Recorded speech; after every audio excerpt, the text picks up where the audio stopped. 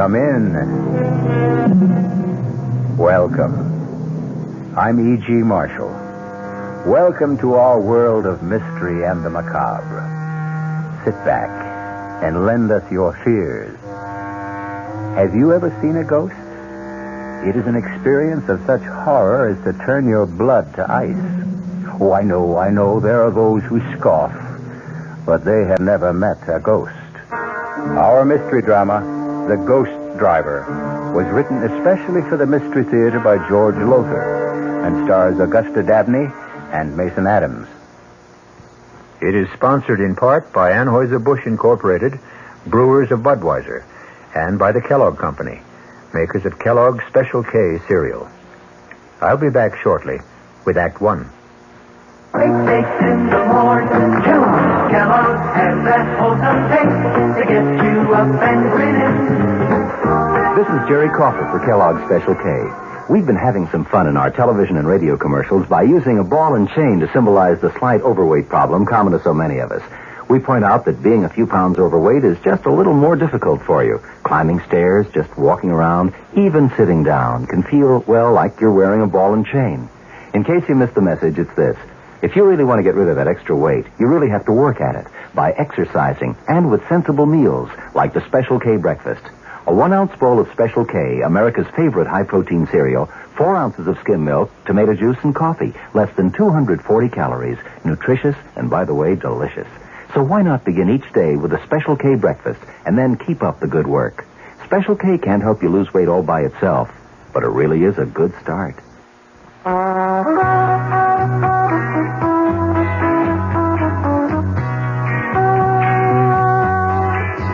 No matter what you're saving for, that's what Suburban Savings for Suburban.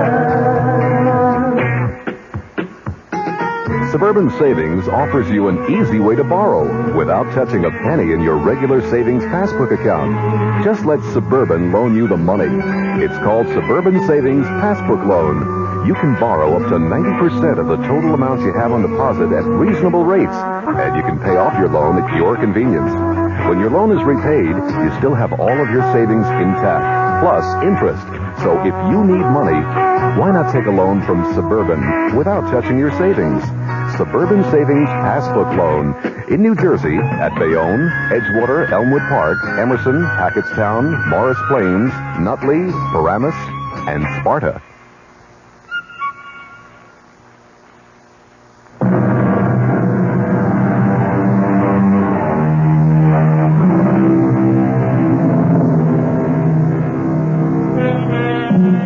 Do ghosts exist? Mel Stout doesn't think so. But his wife Liz feels differently. If it had been up to Liz, they'd never have bought Gormley Lodge on top of Manitou Mountain in Colorado. Why? Because according to local legend, the former owners, the Putnams, had been sent crashing to their death by a ghost driver who came at them head on.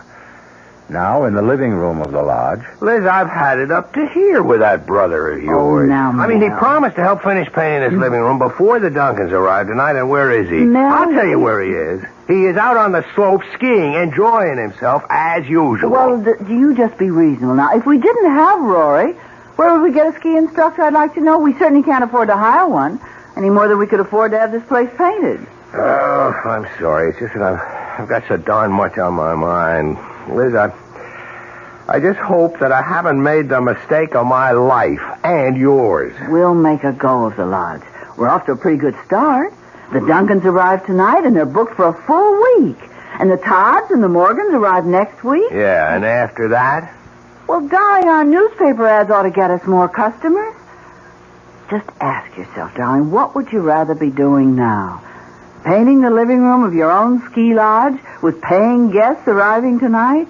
Or slaving away at your old accounting job in Aspen? Well, at least that brought a check in every week. Oh, Nell, you've wanted to be your own boss for years.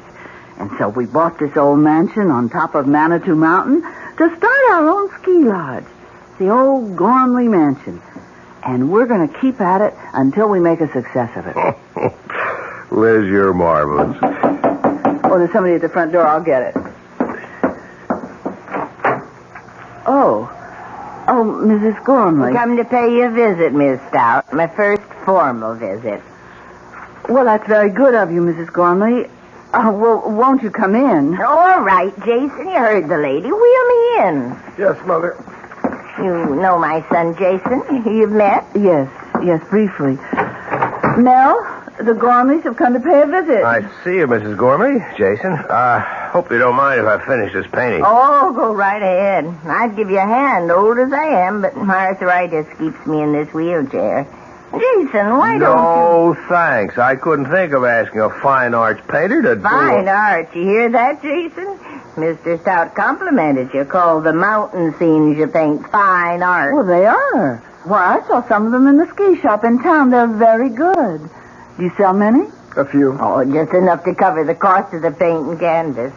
Oh, yes, and a quart of whiskey now and then. Mother, please. Well, now, if they don't hear it from me, Jason, they'll hear it from others. A drink now and then. Now and then. Tell the Stouts how you play Russian roulette with that old revolver of your father's when you're drunk. Stop it, Mother. Stop it. Perhaps you'd like some coffee, Mrs. Gormley, or tea. It won't take a minute. No, thank you. We won't be here that long. Now, I've come to do for you what I did for the Putnams. Them that bought my house out from under me 3 years ago. Out from under you? Mrs. Gormley, are you saying that we have done that? Forced you out of your house? Well, haven't you? Oh, it's not your fault. Jason's father left us destitute. Left me destitute, I should say. With a son too lazy to support his old mother. So I had to sell this beautiful place. Mother, the Stouts aren't interested in all this past history. Well, they'd better be. If they value their lives. Value our lives? Well, Mr. Halliday didn't tell you. Of course. Tell us what? About how the Putnams met their death. Why, yes. The real estate man told us about the accident. That was no accident. No more than my husband's death was an accident. He died in the same way? His car crashed off the bridge into the gorge? Right.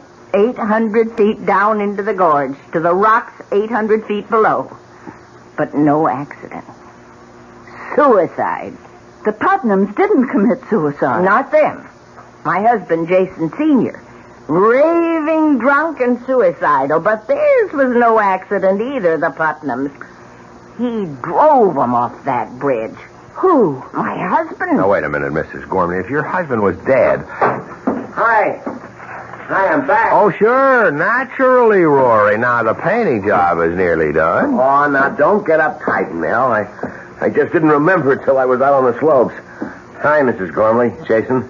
Paying a little social call? It's anything but social. Mrs. Gormley, are you saying that your husband, even though he was dead, somehow killed the Putnams? Liz, come on now. All right, I'll tell you.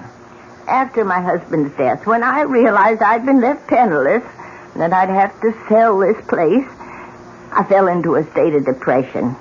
When the Putnams bought Gormley Lodge, well, they were going to use it as a winter home, not turn it into a ski resort like you. When they bought it, and I had to move into the little guest house, I was so sad I thought I'd die.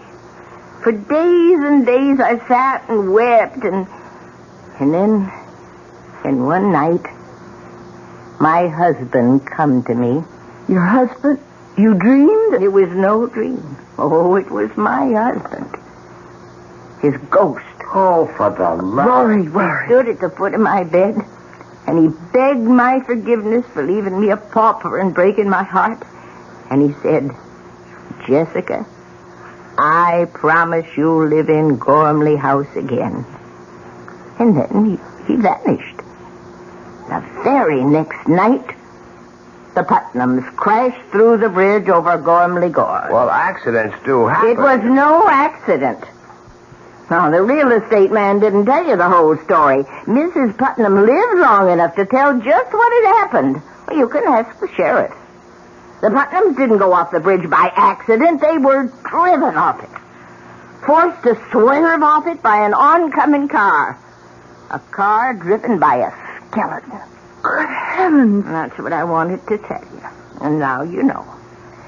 Good day. Well, what kind of a put-on is this?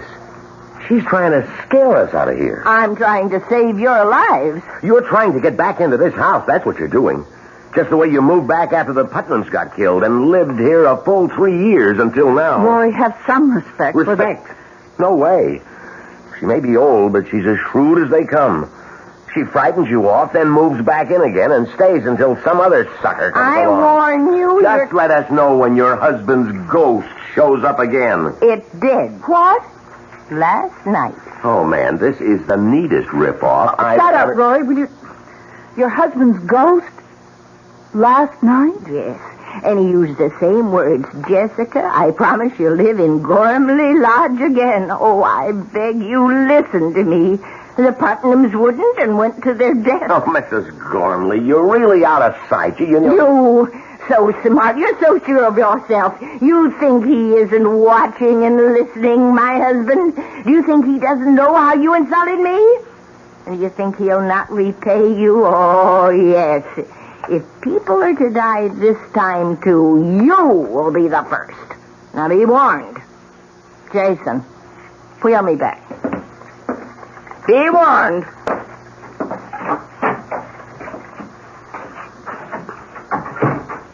Rory, you shouldn't have talked to Mrs. Gormley like that. You didn't spring for that crazy story, did you? I don't know.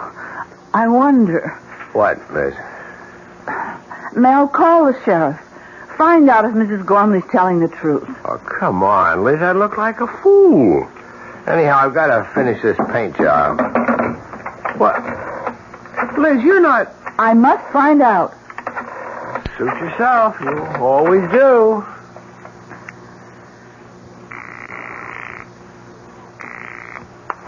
Sheriff Harper speaking. Oh, Sheriff, this is Elizabeth Stout calling. We're the new owners of Gormley House. Oh, yes. What can I do for you, Mrs. Stout? Well, we just had a visit from Mrs. Gormley. Oh? What do you mean, oh? Oh, nothing, Mrs. Stout, only she can be a little hard to take, getting on in years. Yes, well, what I wanted to ask you... Of course, you remember the accident to the Putnams 3 years ago, crashing off the bridge over Gormley Gorge. Yes, I remember. Well, according to Mrs. Gormley, Mrs. Putnam lived long enough to tell you what had caused the accident. Is that so? Yes, it is. And what did she tell you? Well, now, Mrs. Stout, she was near death. Maybe out of her head with pain and shock. What did she tell you, Sheriff? Did she tell you that they had been forced to swerve off the bridge because of another car that came straight at them? A car with a skeleton driving it? Well, as I said, she was out of her Did head. she? Yes, that's the story she told me. Thank you. Goodbye. So?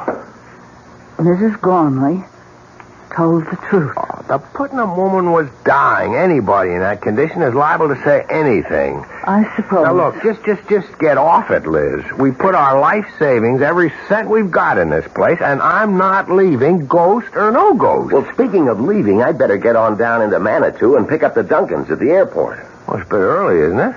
Or have you got some cute chick in town that you'd like to spend an hour or so with? Mel, you put me away. Don't give me any ideas, Rory. Well, it's a bit early, isn't it? Or have you got some cute chick in town that you'd like to spend an hour or so with? Mel, you put me away. Don't give me any ideas, Rory.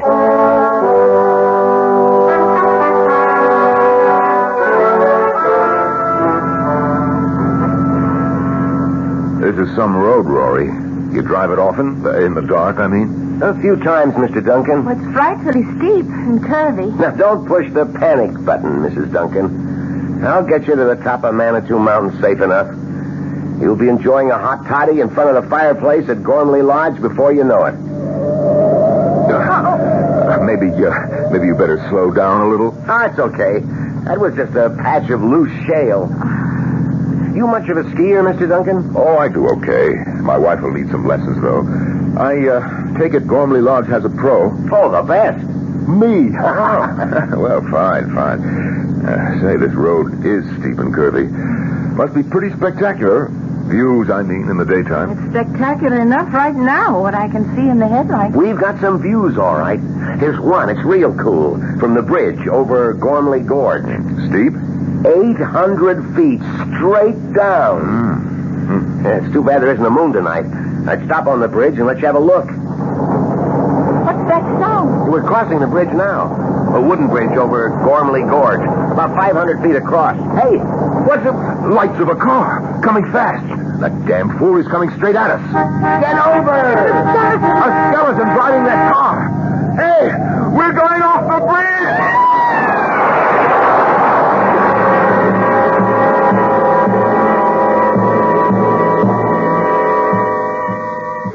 I'll be back shortly with Act Two. If you have the nerve to return, that is. Hello, Fox. It seems like only yesterday that I was a little girl tasting porridge. You know, this one's too hot.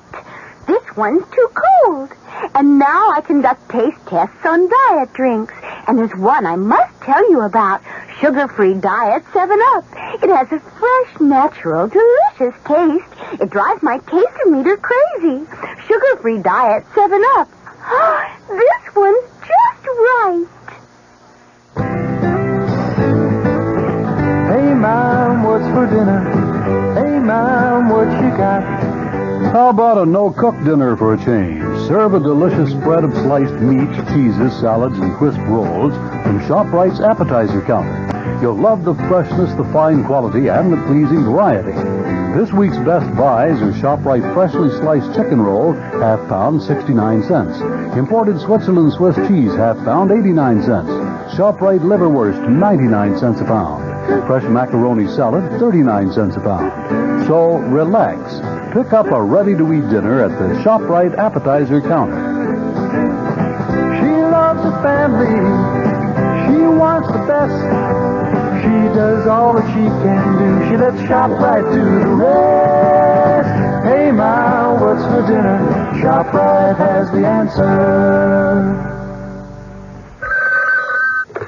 Hello, Amco. My automatic transmission just got automaticing.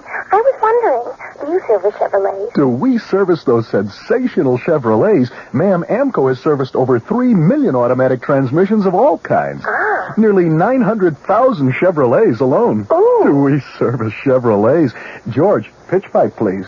Chevy Nova and Impala and the Bel Air and Camaro and the Chevy too. Oh, my. Yep, we know them. Every Chevrolet automatic make and model on the road today, from the oldest Biscayne to a bright, spanky Caprice. By the way, what sort of Chevy did you say you had? A Chevy Mustang.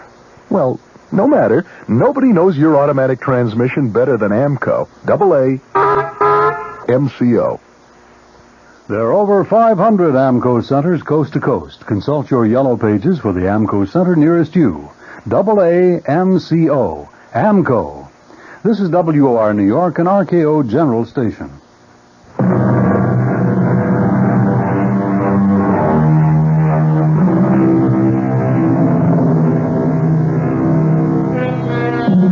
Terror, unless you have experienced it, is only a word. I could employ all the art at my command, my voice, the words I choose, to convey to you the full impact of terror. Yet, I know I should fail, even as Michael Duncan fails now in telling his story to Sheriff Harper on the bridge over Gormley Gorge the next morning. Terror? You say you experienced terror? What would you experience, Sheriff? Delight? Mr. Duncan, I'm only trying to get at what happened here last night. Excuse me, Sheriff. Yes, Mr. Stout, what is it? Will it be much longer before they get the bodies up? Hard to say. Why? I'd like to get back to the lodge. My wife is alone, and you can imagine her condition after hearing of her brother's death. Say nothing of how it happened. Sure, you go ahead. I'll let you know when you're needed to identify the bodies. I'm sorry about your brother-in-law, Mr. Stout, and the publicity. Publicity?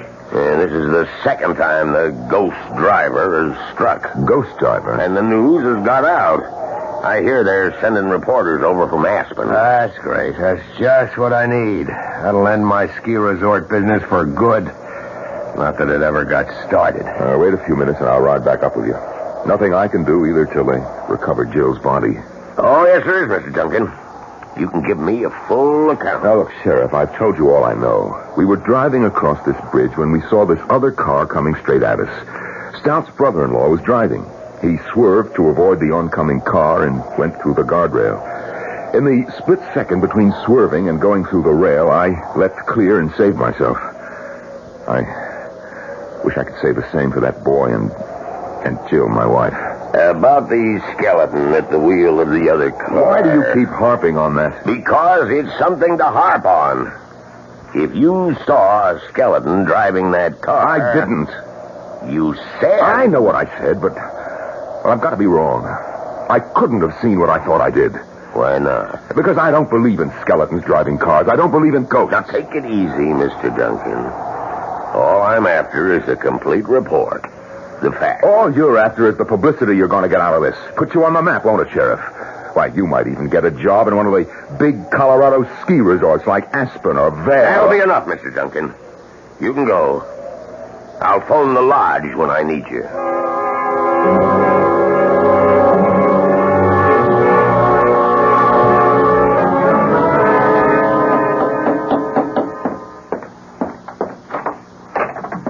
Mrs. Gormley. Well, invite me in, Miss Stout.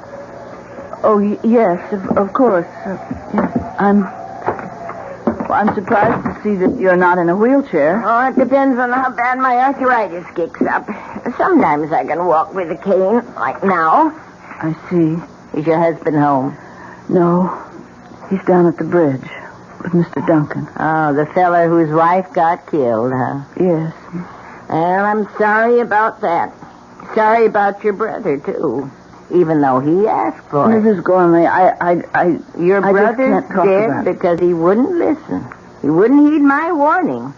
Now you listen, child. You heed my warning. Make your husband listen and take warning, too.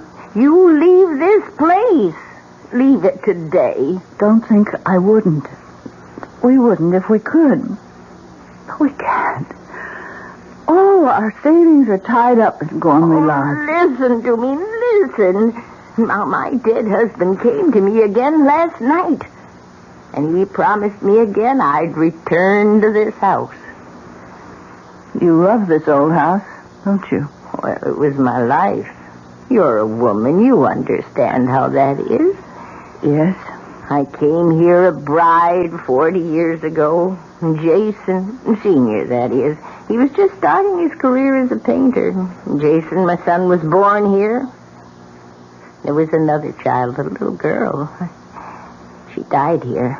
No, this house isn't made of wood and stone. I'm sorry. I'm so sorry. Oh, I think they've come back. Yes, my husband and Mr. Duncan are back. Well, I'll go then. Oh, well, Mrs. Gormley, I'm going to put some coffee on. You stay. Have a cup. No, I can't bear to go on looking at people who I know are going to die. What's this? Die? Who's going to die now? You are, Mr. Stout. You and your wife. If you don't heed my warning and leave as soon as possible. Now, what's all this, Stout? Who is this woman? Jessica Gormley used to own this place. Oh, the woman you told me about. The one who claims her husband's ghost visits her. I don't just claim it. It's true. Who are you? My name's Michael Duncan. Oh, yes. The one whose wife went to her death in the gorge last night. Well, you take my advice, too. You leave here. Leave as fast as you can. How about a drink, Stout? Oh, so you two won't listen. The ghost driver killed your wife last night, and yet you won't listen. Well, let me warn you once and for all. What was that? A shot. It was a gunshot. Jason! Oh, it's happened. He's killed himself. Oh. She's fallen. Liz, help her up and keep her here. Duncan, you come with me.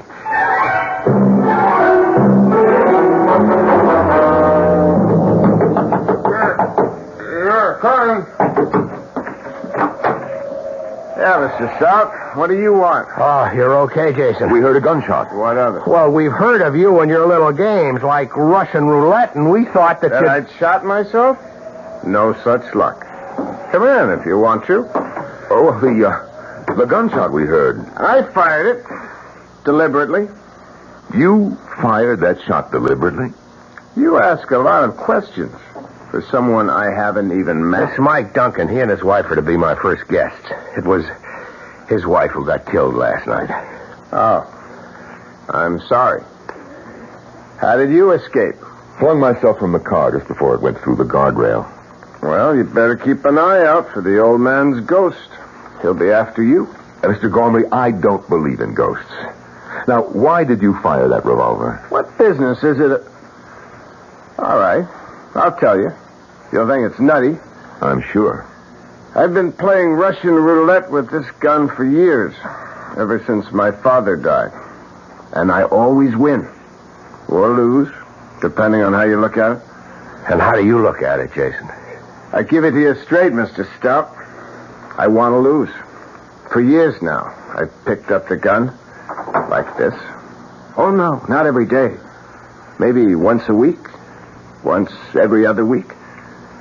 Whenever the mood comes on me. And I put it to my temple. Like this. Wait a minute. Don't worry. Gun's empty. I haven't put in a fresh bullet yet. You see, the reason I deliberately fired that bullet I had in this gun was to find out if the thing was a dud. It wasn't. Too bad. May I shake your hand, Mr. Duncan? You're the first man I've ever met who says what he thinks. You want to kill yourself? Go ahead. I like you. You do speak your mind. And now, gentlemen, if you'll excuse me, I've got to get back to this painting of mine. By the way, what do you think of it? Pretty lurid, isn't it? That's just the right word for it, Mr. Stout. See? There's the car swerving and crashing through the bridge. The oncoming ghost car with the skeleton at the wheel. All in flaming color. I knock out one an hour. I slap a frame on it and I sell it in Manitou for $20. So excuse me, will you? Business is going to pick up, thanks to last night. And I want to be ready to supply the demand.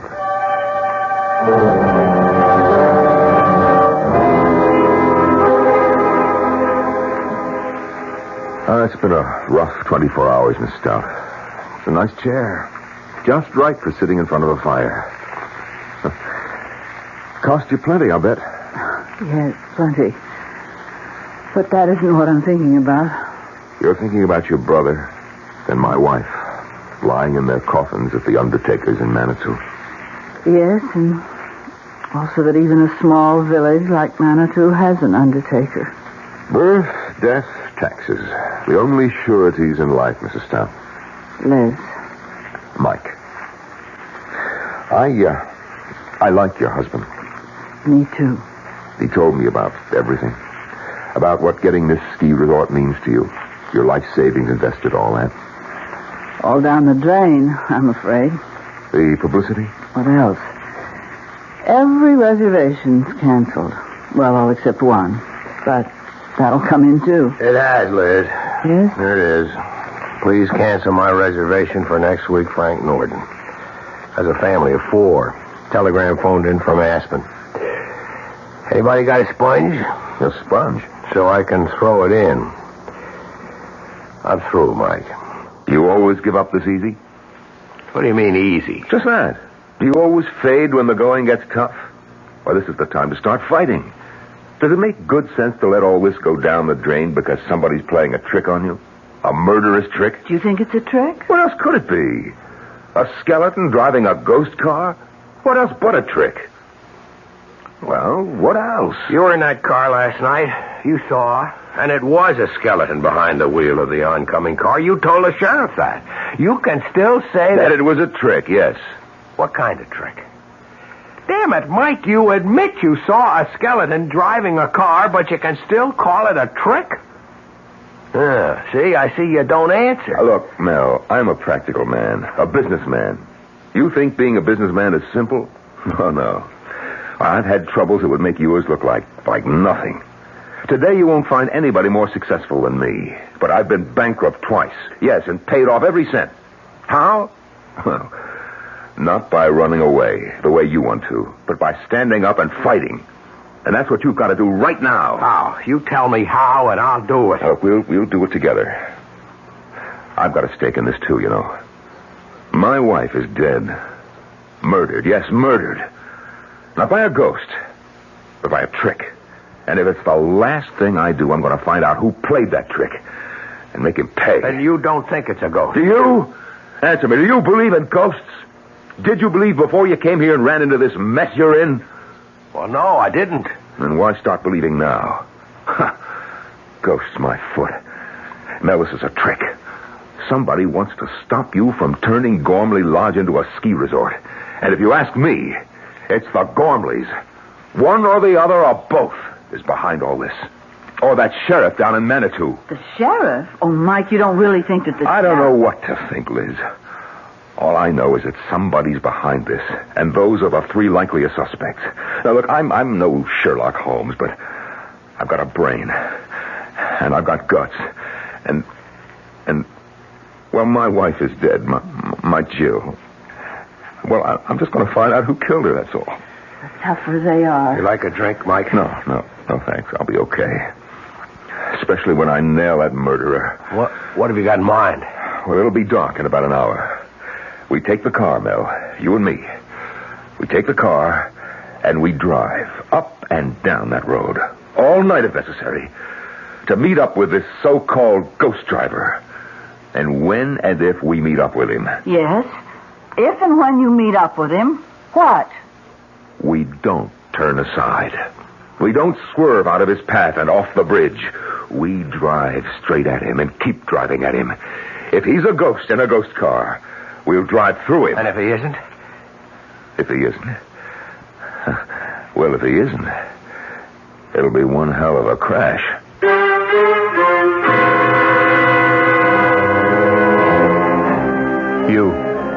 You out there listening, what would you do? If you were Mel Stout, would you accept Mike Duncan's challenge? I'll be back shortly with Act 3. Ever see a beer drinker pour his beer real easy down the side of the glass? Maybe you do it yourself. If so, the Budweiser Brewmaster thinks you're missing something, especially if you're a Budweiser drinker. You see, Bud is brewed, so it will kick up a healthy head of foam. Exclusive beechwood aging and natural carbonation make it a lively brew. Well, anyway, pouring Bud plunk down the middle of the glass helps bring out the best in that clean white Budweiser foam and real beer aroma. It also helps you get the full benefit of a taste, smoothness, and drinkability you'll find in no other beer at any price. Remember, brewing beer right does make a difference. Next time, pour that Budweiser right down the middle and see for yourself. Anheuser-Busch, St. Louis.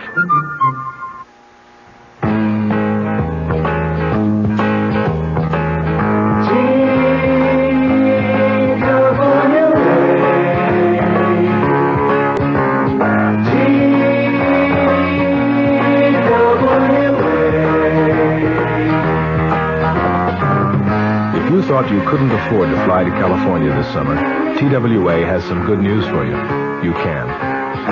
Thanks to TWA's demand schedule service, you can fly to California for only $125. Just make your reservations 90 days before you want to go and put down a $20 deposit for each way. For all the details, call your travel agent. TWA's demand schedule service. Now you can afford to fly to California.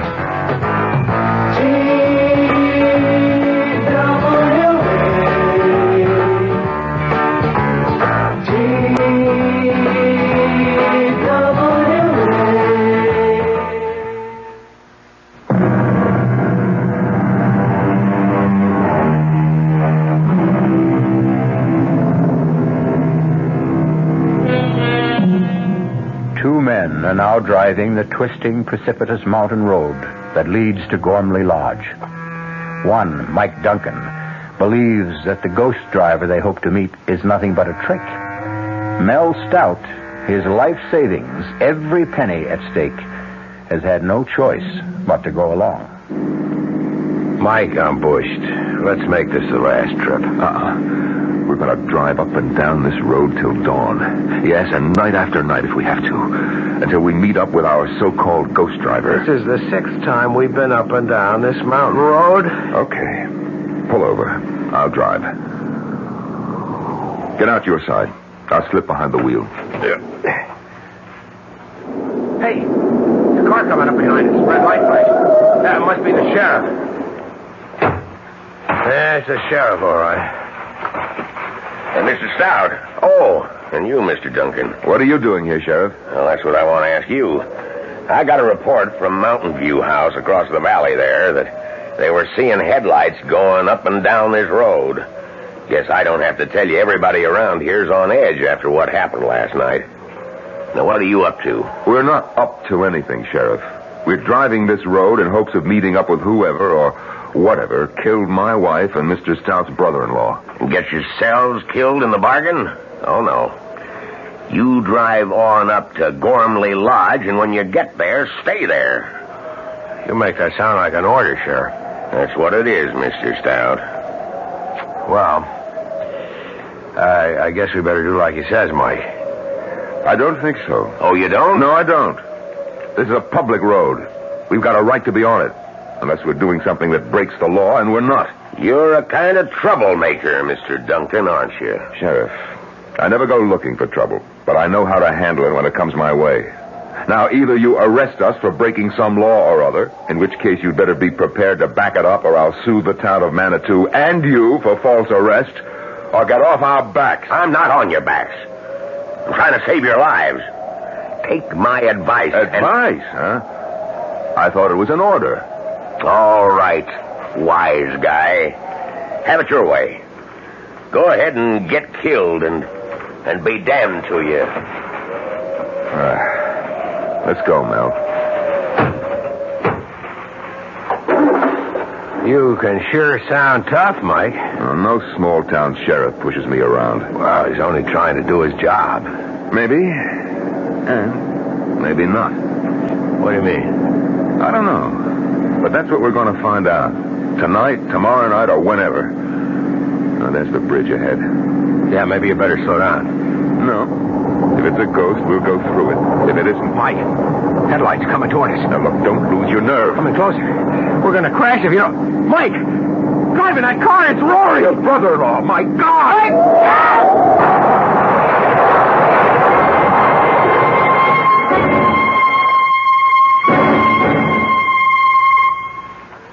Mel, Mike, I can't believe it. Can't believe it myself, Liz. Not only what we saw, but getting out of it with our lives. The fates were with us, Mel. I lost my nerve. I have to admit that. I just couldn't keep driving straight at that awful thing coming toward us. I couldn't help myself. I swerved at the last second. Well, thank God we hit that stanchion instead of going off the bridge. But Rory driving the other car, it's impossible. Rory's dead. We're burying him tomorrow. Rory's dead, that's for sure. But it was Rory driving that car, that's for sure, too. Then ghosts do exist? Mel? Yes, hon? After the funeral tomorrow, let's get out of here. Let's go away from this place as fast as we can. And go where? Oh, back to Aspen, of course. Liz, we're broke. We haven't enough dough left for a motel room. Where would we stay? How would we live? Mel, I didn't know things were that bad for you. Putting this place back in shape cost me just about every penny I had. Well, look, would a loan help? You'd be willing to... Oh, sure. I like you two, and, well, the way things turned out, we've gotten to know each other real fast. Practically friends. So... well, if you can use a loan... That's generous of you, Mike. It is generous of you, Mike, and I appreciate it, but... no, thanks. What'll you do? Do what you said I ought to do. Fight this thing.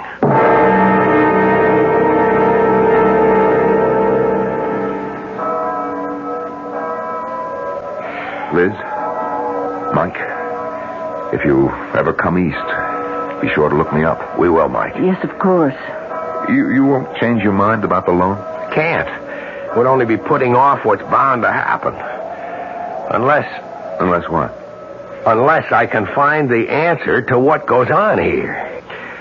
There's something bothering me, something I feel that I saw somewhere but didn't pay much attention to at the time. Well, what about it, this something? It's just something that's bothering me is all. Something that just could give me the answer to all of this. Well, good luck. You deserve it. Oh, there's the taxi that's going to take me to the airport. Goodbye, Liz. Goodbye, Mike. Bye-bye, Mike, Bye. and thanks. Well, we'd better get on back, Liz. Liz, you coming? Yes.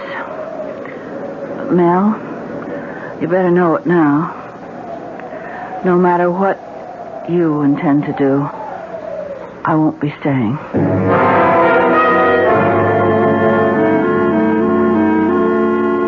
Mel, we've got to face the facts.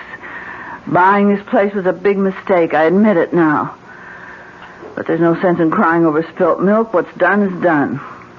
So, darling, let's just turn our backs on it, walk away from it, and start again. Start what again? The treadmill of office work? The dreary day-to-day monotony of auditing accounts, toting up figures? I can't bear to go back to that kind of life. I have got to make a go of this. I don't have any other choice. But is it worth your life? Ghost or no ghost, Mel, it's killed 4 people. It would have been 6 if you and Mike Duncan hadn't been lucky enough to hit that stanchion. And it will be 6 if you insist on driving that road again tonight. 6? How do you make it 6? Well, you don't think I'm going to let you do it alone, do you? But at the funeral, you said that you weren't even going to stay. Because I hoped that would change your mind. But it hasn't. So you see, I have no choice either.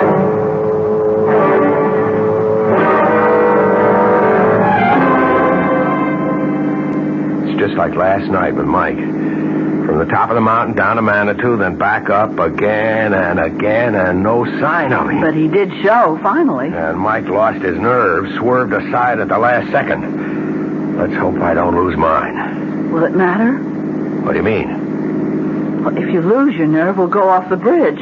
If you don't, and the ghost car isn't a ghost car, we'll be killed in the crash. If there is a crash, but there won't be.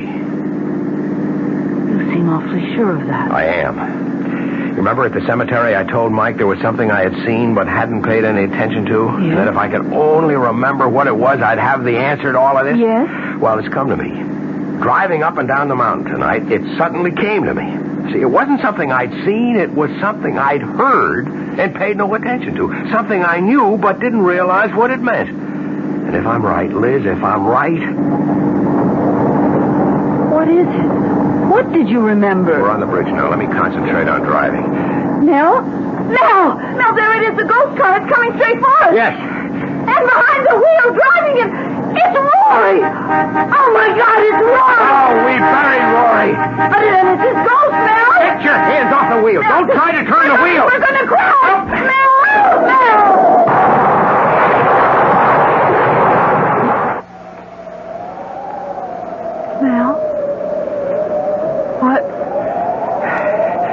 This time he swerved and he went off the bridge, just as I knew he would.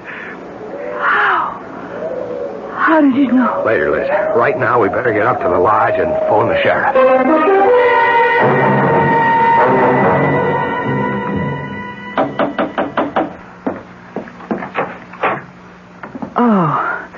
Oh, come in, Mrs. Gormley. Mel? Mrs. Gormley's here. Please, won't you sit down? Yeah, thank you. Hello, Mrs. Gormley. I'm sorry about last night. I'm not. Mrs. Gormley, Jason was your son. Oh, he was the torment of my life. Every day I lived. Of course, I'm sorry he's dead, but I can only be glad it's over for me. Did you know that your son was the ghost driver? I suspected, but I was never sure. You see, it was Jason who wanted to go on living here in this house far more than I did. Oh, you can understand. He was born here. He grew up here. Started his painting career here in a fine, big studio upstairs. Tragic. Just tragic. Even more tragic if it hadn't been for you. How did you come to know? What made you realize that my son was the ghost driver? A gunshot. A gunshot? The shot he fired to see whether the bullet he used for playing Russian roulette was live or not. Well, I don't follow you.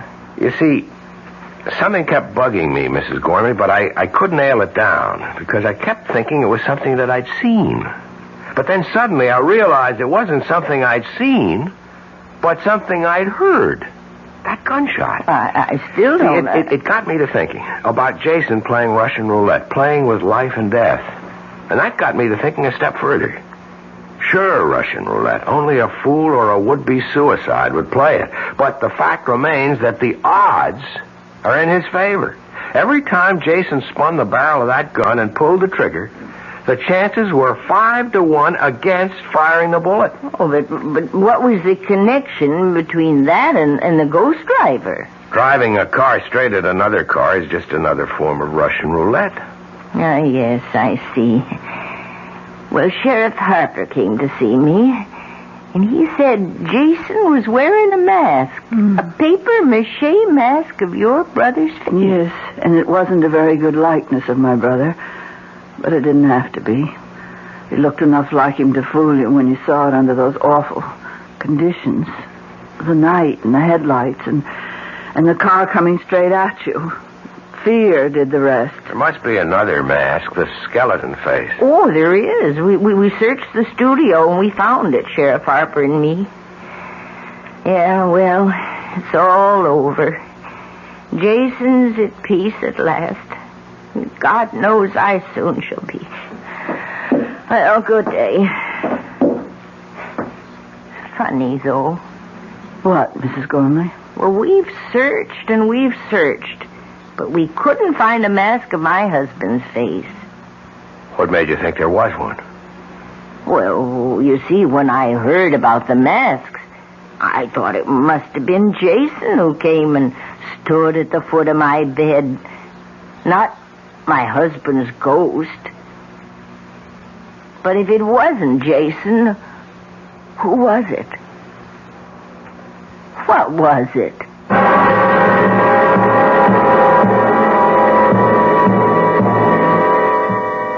An interesting question. What was it indeed? I'll be back shortly. Hi, Ms. Goldilocks here. Professionally taste-testing diet drinks can be very difficult, but I've just had to bear with it. Then I found sugar-free Diet 7-Up. It doesn't taste like other diet drinks. It's fresh, light, natural, delicious.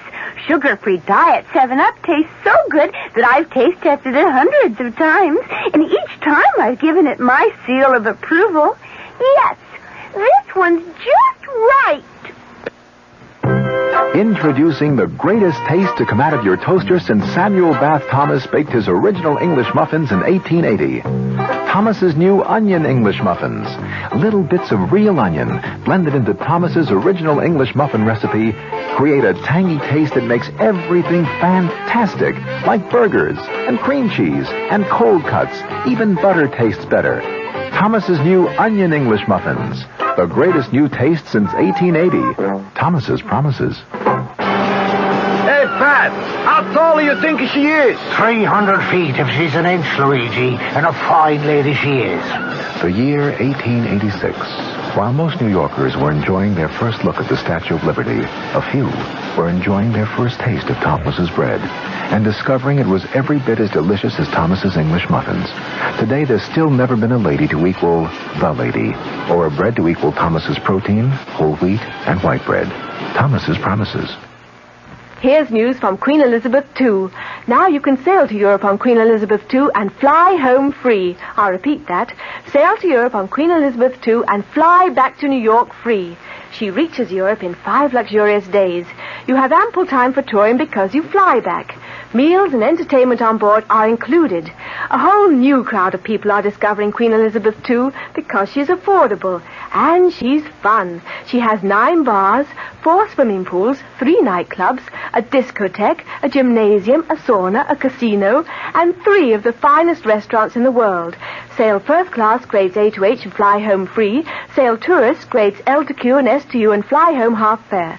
Flights are British Airways economy. You can stay in Europe up to 16 days. Call your travel agent or Cunard at 212-983-2510. Sail to Europe on Queen Elizabeth II and fly home free. Great ships of British registry since 1840. Our cast included Augusta Dabney, Mason Adams, Mary Jane Higby, Norman Rose, Nick Pryor, and Leon Janney. The entire production was under the direction of Hyman Brown. Radio Mystery Theater was sponsored in part by new sugar-free Diet 7-Up. This is E.G. Marshall inviting you to return to our Mystery Theater for another adventure in the macabre. Until next time, pleasant dreams. The preceding Mystery Theater program is furnished by the CBS Radio Network. This is WOR New York. I'm Colin Lewis in the Mutual Broadcasting System studios in Washington, D.C. Now, my commentary. The chairman of the House Judiciary Committee said today he expects his panel to go along with President Nixon's request of today, a request for an additional 5 days to reply to a subpoena for 42 Watergate tapes. New Jersey Democrat Representative Peter Rodino said that he and the ranking Republican member of the committee had agreed to the postponement, and in Rodino's words, I am quite confident the members of the committee will go along with it too. He told a news conference the matter will be taken up formally by his committee on Thursday. That's the day the response to the committee's subpoena was due. The delay requested by the White House today would put off the response until next Tuesday. At the White House, Deputy Press Secretary Gerald Warren attributed the White House request to the pressure of business at the White House and the demands on the president's time. Chairman Rodino said that the delay was requested by James St. Clair, the president's chief Watergate attorney. It was requested in a telephone call yesterday to John Doerr, the chief counsel of the impeachment inquiry. The chairman said that he and Representative Edward Hutchinson of Michigan, the ranking Republican member of the committee, instructed Doerr to ask St. Clair why at least some of the subpoenaed material could not be furnished on Thursday. St. Clair told Doerr that the president wanted to review all of the material at once before sending it to Capitol Hill. Rodino said St. Clair, though, gave no assurance that all of the subpoenaed material would be given to the committee. Asked about reports of the White House plan to give the panel transcripts rather than tapes, Chairman Rodino replied transcripts would not be satisfactory. White House Deputy Press Secretary Warren said a lot of work has been and is being done to compile the material necessary to prepare a response.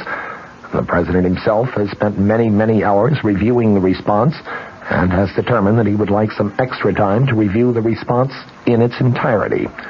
Warren would give no clue as to the likely nature of the eventual reply to the subpoena. He said only the president has not finally decided on the form and content of the response. Asked if the request for a delay might not be considered inconsistent with repeated White House calls for a speedy resolution of the impeachment question, Warren said, quote, it is consistent with our position and with the president's position to deal responsibly with the House Judiciary Committee, and that is what we are doing. Back on April 11th, the committee voted 33-3 to subpoena the tapes that it had been seeking since February. The president also faces a second subpoena. That one has a May 2nd deadline. That one is for additional tapes and other materials that are being sought by Special Watergate prosecutor Leon Jaworski. Asked if the president might not also seek an extension of the May 2nd deadline, Warren said today, I know of no such requests. Now, this. What has Sheridan done for you lately? What has Sheridan done for you now? Next time you travel to Canada for business or pleasure, you'll find 20 sparkling Sheraton hotels and motor inns, coast to coast, from Quebec to British Columbia. What has Sheridan done for you lately? In Toronto, the new Four Seasons Sheraton has a 5-story waterfall right in the lobby. In Vancouver, there are 2 new Sheratons. And for a reservation at any Sheraton, call 800-325-3535 or have your travel agent call. That's 800-325-3535. That's what Sheridan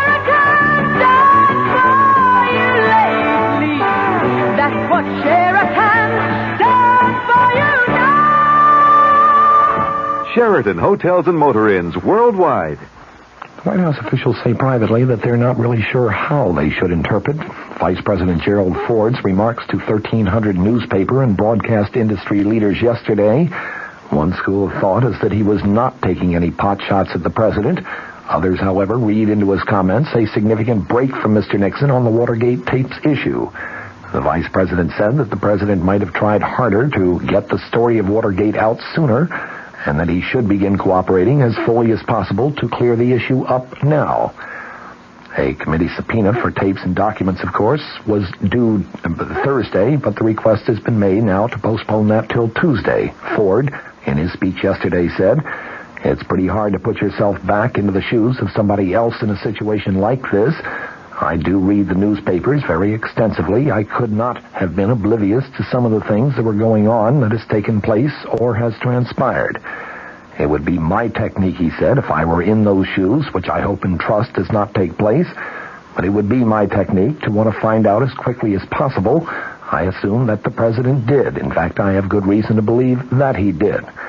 Unfortunately, the vice president added, unfortunately, some of the people who should have known obviously did not give him the full story. Now, whether there should have been a more vigorous prosecution of all the details, that's a matter of judgment. And in my case, I think I could have tried to nudge some of my employees about as hard as I possibly could. Ford went on to say that the president knew nothing in advance about the burglary and bugging of the Democratic Party headquarters in Washington's Watergate complex during the 1972 presidential campaign. The vice president also said that he is confident that the president had not committed any impeachable offense under the Constitution. But he nonetheless urged the president to make every effort to settle the issue once and for all. The vice president said, "I have indicated to him on a number of occasions that I thought he should do anything reasonable in order to clear up the problems that have developed subsequent to Watergate itself. I have consistently said the sooner any and all relevant evidence was made available, the better the Congress could consider and the American people evaluate whether or not the president was involved prior to, at the time of, or subsequent to the Watergate break-in." The vice president added, "I hope and trust that sometime in the next 48 or 72 hours, the White House will cooperate to the maximum in making available to the House Committee on